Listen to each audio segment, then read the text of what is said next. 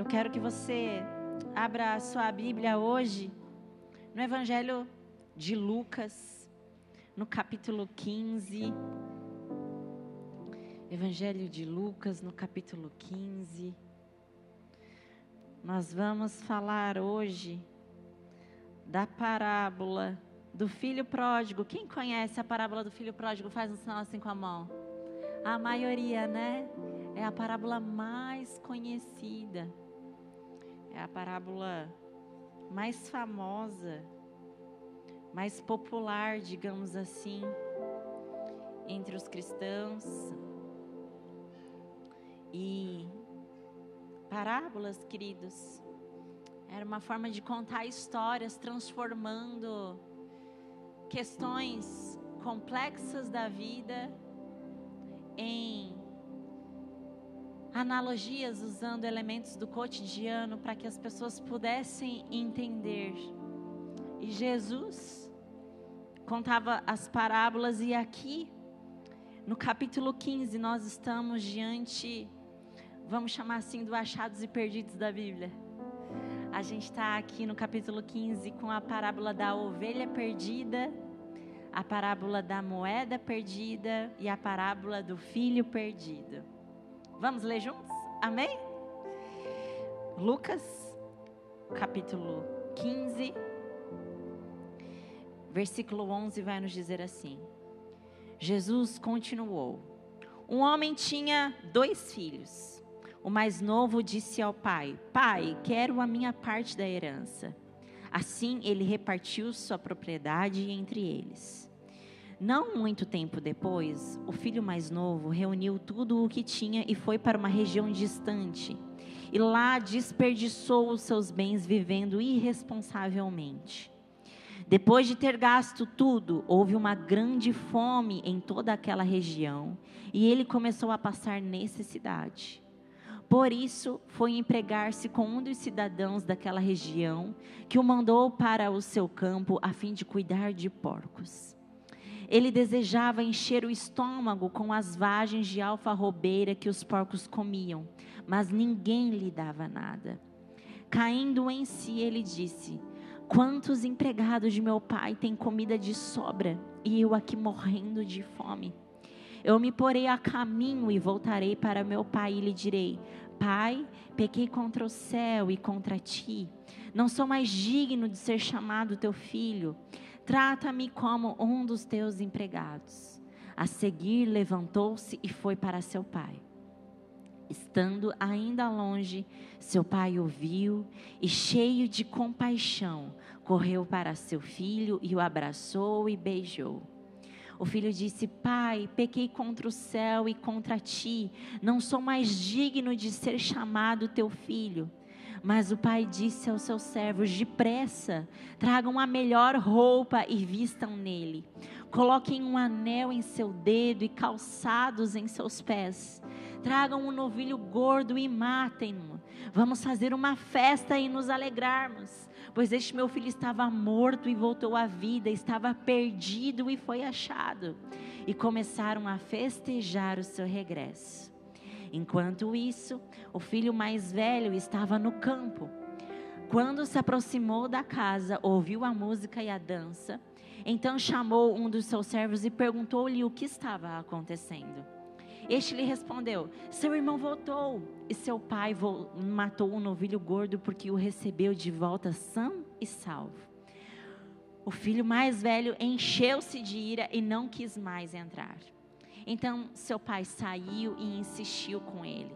Mas ele respondeu a seu pai: olha, todos esses anos tenho trabalhado como um escravo a teu serviço e nunca desobedeci às tuas ordens. Mas tu nunca me deste nenhum cabrito para eu festejar com os meus amigos. Mas quando volta para casa esse teu filho, que esbanjou os teus bens com as prostitutas, matas o novilho gordo para ele? Disse o pai: meu filho, você está sempre comigo e tudo o que eu tenho é seu. Mas nós tínhamos que celebrar a volta deste seu irmão e alegrar-nos, porque ele estava morto e voltou à vida, estava perdido e foi achado. Baixa sua cabeça, vamos orar juntos. Senhor Jesus, nós estamos diante da Tua palavra, Senhor. Ela é lâmpada para os nossos pés, luz para o nosso caminho, e nós te pedimos que o Teu Espírito Santo venha iluminar o nosso coração nessa noite. Vem, Espírito Santo, e traz aquela aplicação singular, individual, na nossa vida nessa noite, na vida de cada um dos Teus filhos. O Senhor bem sabe como cada um está aqui neste lugar. O Senhor bem sabe como está a condição de alma, a condição de mente de cada homem, de cada mulher aqui, Jesus. E eu te peço, Senhor, usa-me mais uma vez como instrumento nas Tuas mãos, Senhor. E fala à Tua igreja, Senhor. Te revela a nós, Pai. Te revela a nós nessa noite mais uma vez. Essa é a nossa oração. Em o nome de Jesus. Amém e amém. Queridos, nós estamos aqui na parábola do filho perdido, o filho pródigo. E esse capítulo, ele começa assim: todos os publicanos e pecadores estavam se reunindo para ouvi-lo. Publicanos e pecadores era o grupo que seguia Jesus. O grupo de pessoas que não seguiam a lei, os que não eram crentes, que constantemente se reuniam. Quando a gente vai para a palavra original, que eles buscavam Jesus, era um buscar contínuo. Essas pessoas sempre buscavam Jesus. Quem essas pessoas, pastora? Os publicanos e os pecadores. Essas pessoas que não eram as cristãs, que não eram as crentes, que não seguiam a lei. Mas os fariseus e os mestres da lei o criticavam e diziam: este homem recebe pecadores e come com eles. Então, aqui Jesus está contando mais uma de suas parábolas, na verdade 3 parábolas. E ele está diante de 2 grupos. O primeiro grupo, o grupo dos publicanos e pecadores. O grupo que não era crente, vamos chamar assim. E o segundo grupo, os fariseus, os mestres da lei, aqueles que seguiam toda a lei, as 613 leis eles seguiam a fio. Aqueles que a gente pode chamar os cristãos, os crentes. Jesus estava diante desses 2 grupos de pessoas. E o pastor Tim Keller, ele vai nos dizer que essa parábola, na verdade, é a parábola dos 2 filhos perdidos. Por quê, pastora? Porque tanto aquele grupo que eram os publicanos e pecadores, quanto aquele grupo que eram os mestres da lei e fariseus, ambos estavam perdidos. Esses mestres da lei falavam que este homem, Jesus, recebe pecadores e come com eles, porque naquela época, no Oriente Médio, sentar à mesa e comer com alguém era um sinal de aceitação. E eles falavam: como que Jesus se senta à mesa e come com esses pecadores? Como que Jesus os aceita? Como que Jesus os coloca na mesa? E eles criticavam Jesus. E aí Jesus conta essas 3 parábolas diante desses 2 grupos. A primeira parábola é a parábola da ovelha perdida. Ovelha, queridos, é um animal que não tem muito senso de direção. Então a gente pode falar que essa primeira perda foi uma perda por falta de direção. O pastor que deixa as 99, ele não deixa as 99 a seu próprio cuidado. Não, ele deixa com os outros pastores e vai buscar aquela outra. Porque se uma se perder, ele vai tirar do salário dele para cobrir aquela. Então ele fica muito feliz quando ele acha. A segunda parábola é da moeda perdida. E vai falar que uma mulher, possuindo 10 dracmas, perdeu uma dela. As mulheres naquela época vestiam colares com 10 dracmas, com 10 moedas, e aquilo significava que ela era casada. E perder uma daquelas moedas era algo extremamente ruim para ela. E aí ela fica muito feliz quando ela acha. E a gente tem a parábola do filho perdido. Então, a parábola da ovelha perdida, a pessoa que se perde por falta de direção. A parábola da moeda perdida, talvez por uma certa displicência. E a do filho perdido, que ele decide ir embora. E aí Jesus começa a história. E ele começa a falar, um homem tinha 2 filhos. Ele fala 2 servos, 2 empregados. Não, ele fala 2 filhos. Aqui o Senhor é Deus, amém? Aqui, queridos, já está nos mostrando algo, Deus é Pai, amém? Deus é Pai. E esse homem tinha 2 filhos, e o mais novo disse ao seu pai, pai, eu quero a minha parte da herança. Queridos, pedir a herança com o pai em vida é a mesma coisa que desejar que ele estivesse morto. É a mesma coisa que desejar que ele morra. Você já sabe disso, amém? Então era um ato de extrema desonra. Era como se esse filho mais novo estivesse falando assim, pai, você se alimenta bem pra caramba, só come verduras, frutas, faz crossfit, corrida, você vai morrer lá pelos 100 e poucos anos. E quer saber? Eu estou cansado de ti, eu só quero o que tu tem. Então vamos fazer o seguinte, eu te mato no meu coração, eu não preciso mais desse relacionamento com você. E você me dá a parte da sua herança. Gente, imagina os pecadores, os publicanos, os fariseus, tudo assistindo Jesus falando isso. Eles assistindo esse primeiro ato, Shakespeare diz que essa é uma das parábolas mais lindas. E ele fala que ela deveria ser separada, deveria ser uma peça de 2 atos. E a gente está na primeira cena do primeiro ato. Esse filho pedindo a esse pai, que ele quer a herança dele, com o pai em vida. Dizendo, eu quero que você morra. Eu quero só aquilo que você tem. E aí a plateia com certeza pensa, agora esse pai, conhecendo o pai da época, como eram os pais da época, agora esse pai vai tirar a cinta dele, a vara de marmelo, não sei como é que você apanhava quando você era criança, e vai dar uma surra nesse guri, vai deserdar ele. Mas Jesus continua. Assim ele repartiu sua propriedade entre eles. O povo já começa a ficar assim, como assim? Ele repartiu a propriedade.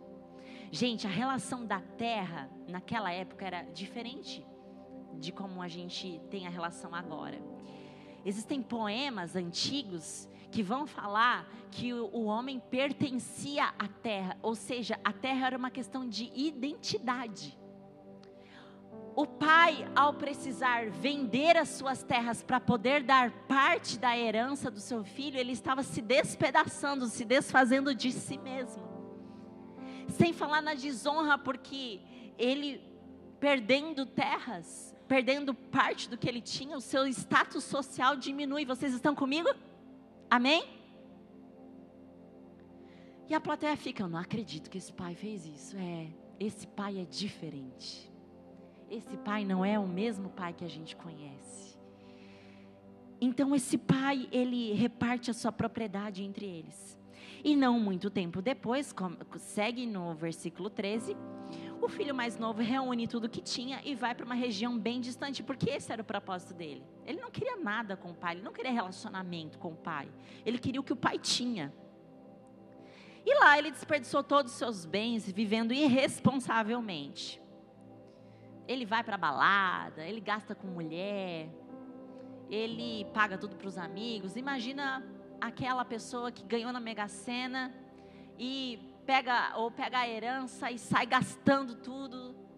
Ele fez isso. E aí chega uma grande fome em toda a região e ele começa a passar necessidade. E aqui no versículo 15 vai dizer assim, por isso foi empregar-se com um dos cidadãos daquela região que o mandou para o seu campo a fim de cuidar de porcos. Jesus é maravilhoso. Qual animal o judeu mais tem asco? Porco. E aí ele fala, ele foi cuidar de porcos. E aí ele vai falar mais. Que ele desejava encher o estômago com as vagens de alfarrobeira que os porcos comiam, mas ninguém lhe dava nada. Ele não desejou comer o porco. Ele foi mexer com o porco, com aquilo que... Ele foi completamente ladeira abaixo, aquilo que ele não podia tocar, que ele não podia comer. Ele desejava comer aquilo que os porcos comiam. Imagina assim, era o fundo do fundo do fundo do fundo do fundo do poço. E aí, ele caindo em si, diz: quantos empregados de meu pai têm comida de sobra? Preste atenção nesse versículo. Quantos empregados de meu pai têm comida de sobra? E eu aqui morrendo de fome. E aí ele começa o plano dele. Eu vou chegar no meu pai, eu me porei a caminho e voltarei para o meu pai e lhe direi. Aí começa a apresentação dele, slide 1. Pai, pequei contra o céu e contra ti. Slide 2. Não sou mais digno de ser chamado teu filho. Slide 3. Trata-me como um dos teus empregados. Ele fala, revisado, é isso aí. Eu vou dizer, pai, pequei contra o céu e contra ti. Não sou mais digno de ser chamado teu filho. Me trata como um dos teus empregados. É isso aí, eu vou fazer isso. A seguir, levantou-se e foi para o seu pai. Estando ainda longe, seu pai o viu e, cheio de compaixão, correu para seu filho e o abraçou e beijou. Queridos, deixa eu falar uma coisa para vocês. Criança corria naquela época. Mulheres corriam naquela época. Mas o grande patriarca, o grande dono das terras, o grande Senhor, jamais levantava as suas vestimentas e mostrava as suas canelas para correr por aí. Mas esse pai, Jesus conta que ele levanta as suas vestimentas, corre em direção ao seu filho. E simplesmente sem esconder o que ele estava sentindo, esconder as suas emoções, ele o abraça, ele o agarra e ele o beija. Alguns comentaristas dizem que ele faz isso porque a desonra que o filho fez poderia levar com que quando ele voltasse ele fosse apedrejado pela comunidade. Então, antes que isso fosse possível de acontecer, o pai corre em direção ao filho e o abraça, porque se alguém ameaça de apedrejar ele, as pedras bateriam nele e não no seu filho. É desse pai que nós estamos falando. Eu imagino que a plateia fica atônita pensando, que pai é esse? E o filho começa, lembra slide 1? Pai, o filho disse, pequei contra o céu e contra ti, não sou mais digno de ser chamado teu filho. Mas o pai interrompe. O pai fala, depressa, tragam a melhor roupa e vistam nele. Gente, de quem era a melhor roupa? Era a roupa do próprio pai, do próprio Senhor. A melhor roupa era dele. Ele fala, tragam a melhor roupa, coloquem um anel em seu dedo e calçados em seus pés. Tragam um novilho gordo e matem no novilho gordo, gente. Vamos pensar assim.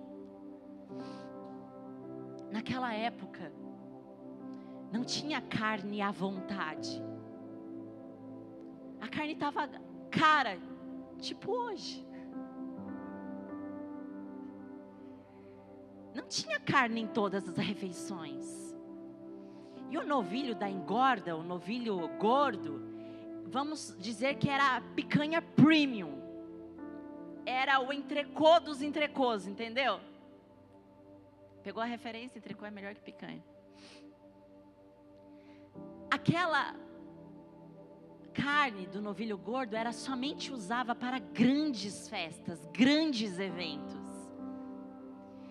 Então o pai interrompe esse filho.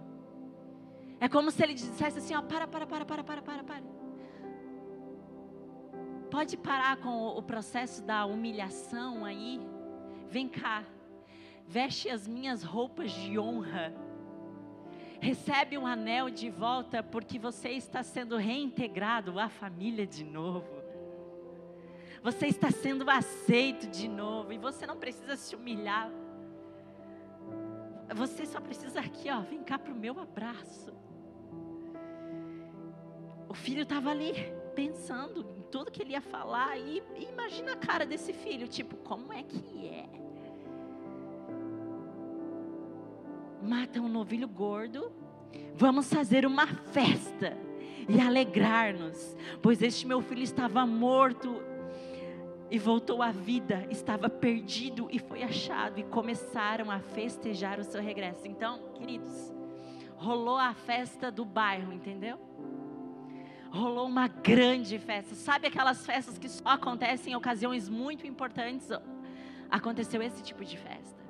Chama todo mundo, chama a cidade toda, porque eu quero ver que esse meu filho voltou são e salvo. E aí a gente vai para o segundo ato dessa história, dessa peça. Enquanto isso, o filho mais velho estava no campo. Quando se aproximou da casa, começou a ouvir a música. Deixa eu olhar minha agenda. Não tem nada marcado para hoje, nenhuma festa. O que está acontecendo? Chamando os servos, ei, por que a música? Por que a dança? Por que a festa? E o empregado fala, é por causa do seu irmão. Seu irmão voltou. E seu pai matou o novilho gordo, porque o recebeu de volta são e salvo. E aí versículo 28 diz, queridos, que o filho mais velho se encheu de ira e não quis entrar. Então seu pai saiu e insistiu com ele. Imagina, queridos, agora é a vez do segundo filho desonrar o pai. Ele percebe a festa acontecendo, se enche de ira pelo motivo da festa e decide ficar do lado de fora, para dizer publicamente, eu não concordo com isso que o meu pai está fazendo. Eu não aprovo isso que o meu pai está fazendo. Eu não vou fazer parte disso.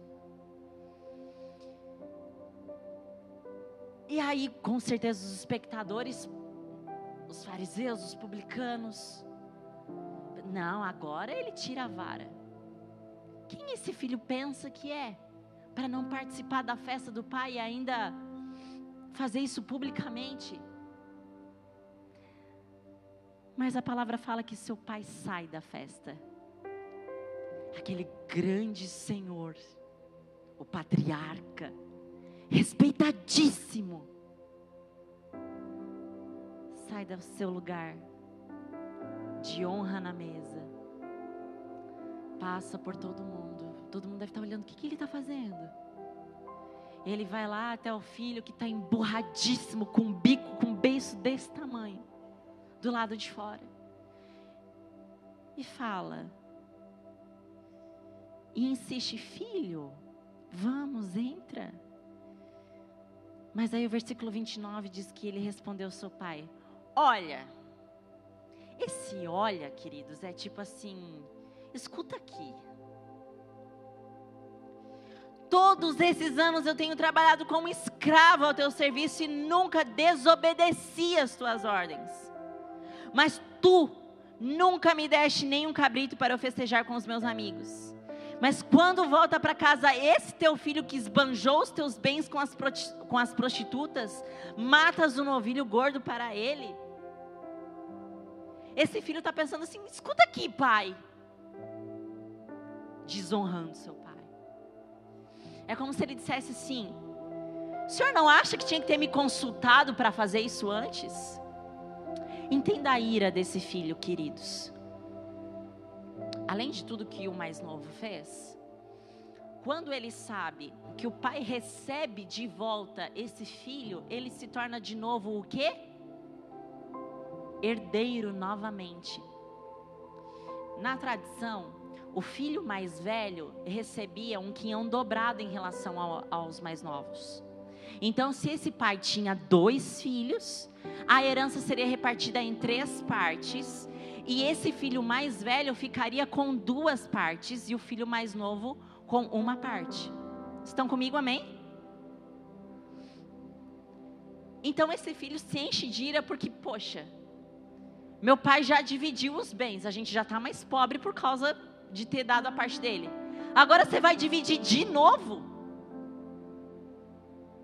Vai reintegrar ele e a família? Ele vai se tornar herdeiro de novo? E tu ainda faz uma festa para ele? Ele fica indignado. E disse o pai: meu filho. Na tradução seria filhinho. Depois de toda a desonra desse filho mais velho, de ter ficado do lado de fora, de ter falado nesse tom com o pai, o pai ainda fala: filhinho, você está sempre comigo. Tudo o que eu tenho é seu. Mas nós tínhamos que celebrar a vida, a volta deste seu irmão e alegrar-nos porque ele estava morto e voltou à vida. Estava perdido e foi achado. Eu já estou encerrando, queridos.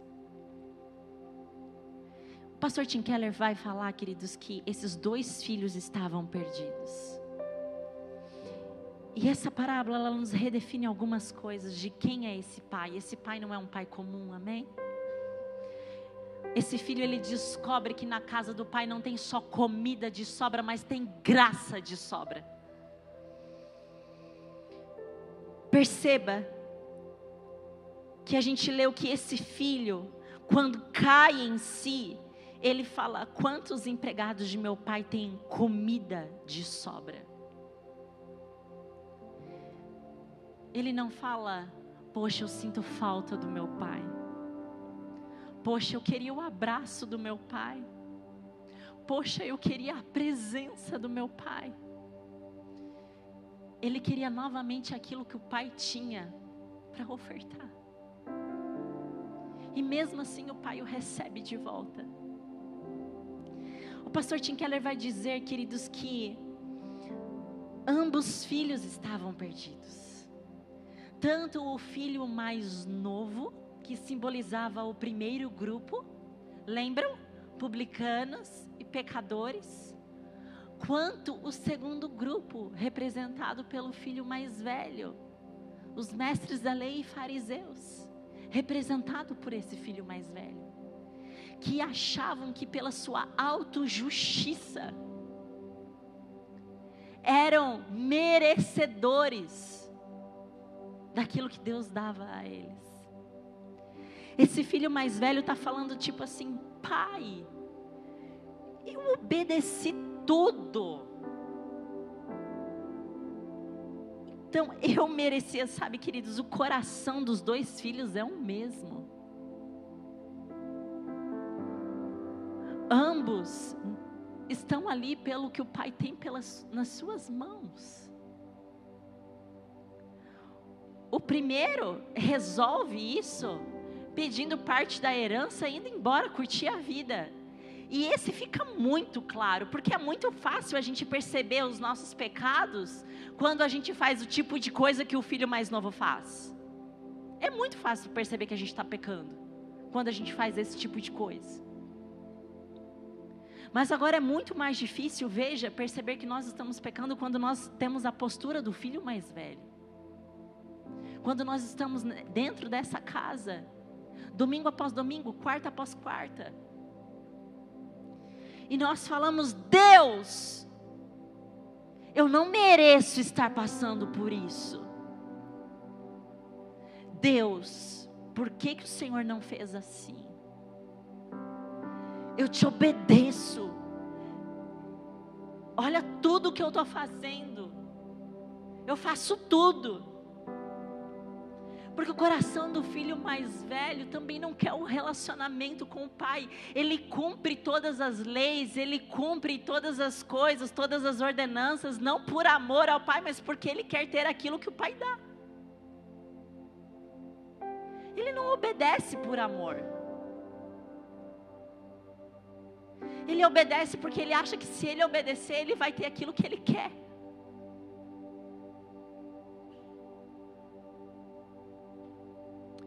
Ambos os filhos estão perdidos. Isso nos mostra, queridos, o que é pecado de verdade.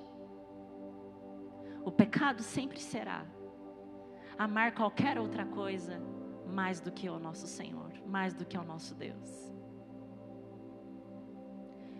Só que é muito mais difícil quando nós estamos posicionados nesse lugar do filho mais velho. Que é esse lugar aonde eu chego e falo, esse rapaz aí, essa guria chegou agora e já está sentando na janela? Cadê o protocolo de humilhação? Cadê o protocolo de ficar tantos meses assim, assado, para daí sim poder fazer alguma coisa aqui na igreja? Esse é o espírito do filho mais velho. O espírito do filho mais velho que olha de nariz empinado assim e se sente superior. Que tem mais tempo de igreja, tem mais tempo de fé, de conhecimento bíblico. Ele é o nariz empinado aqui, ó. Que olha para os outros com um olhar de superioridade, entendeu? Esse é o espírito do filho mais velho. E Jesus está falando, ele está igualmente perdido.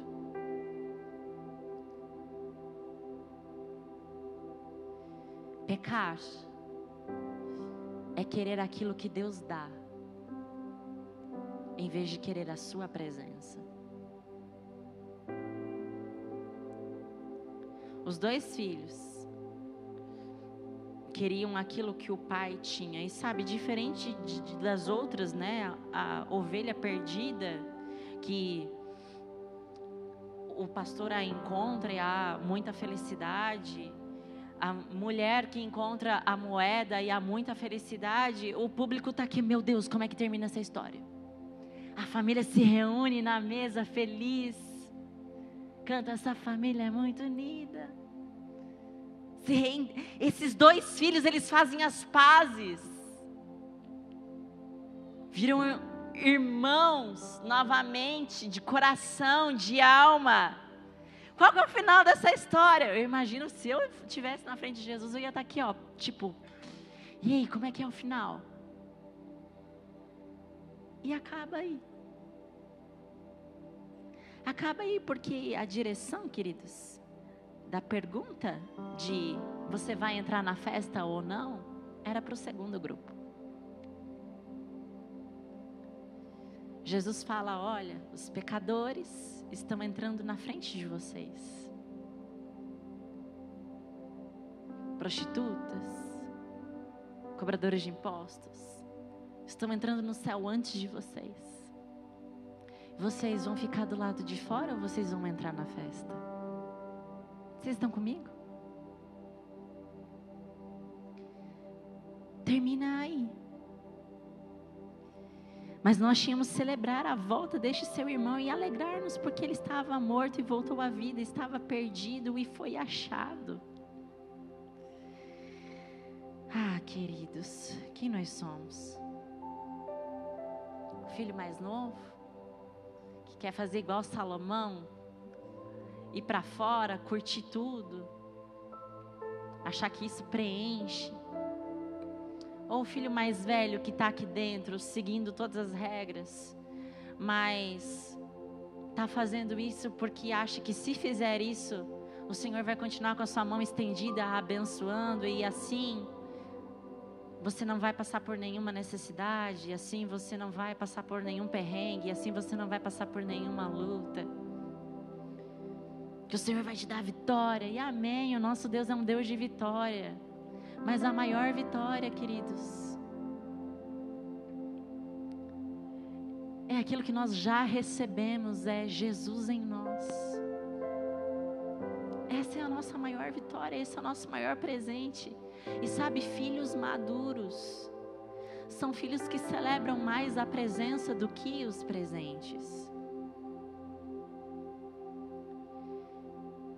Essa palavra me tocou,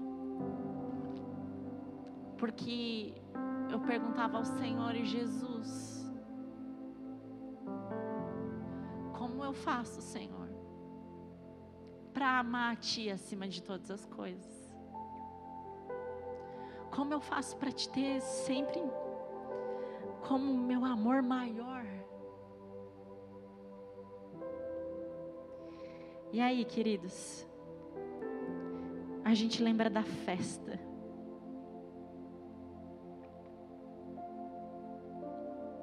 Eu acredito que esse filho foi muito constrangido pelo amor do pai. E a gente precisa disso. De sermos batizados no amor do Senhor todos os dias. Sermos constrangidos pelo amor do Senhor todos os dias. Porque só esse constrangimento do amor dele sobre a nossa vida nos faz querer mais ele do que qualquer outra coisa. Só experimentar desse amor que nos constrange, ser constrangido por esse amor, que é capaz de fazer o nosso coração se voltar para Ele. Eu imagino uma cena desse filho tão constrangido, depois do pai pedindo alguma coisa para ele, sabe? Tipo, já acabou a festa, já limparam o salão, já é outro dia, o sol já raiou. E o pai chega para o filho assim: filho, você poderia, por favor, fazer tal coisa para mim? Cara, se eu fosse esse filho, eu falava: o que tu quer? Faça agora. Eu faço agora. Porque eu estou constrangida do que a pessoa fez por mim. Entende? Faz sentido para ti? Nós precisamos sermos batizados no amor de Jesus. Nós só o amamos porque Ele nos amou primeiro, amém?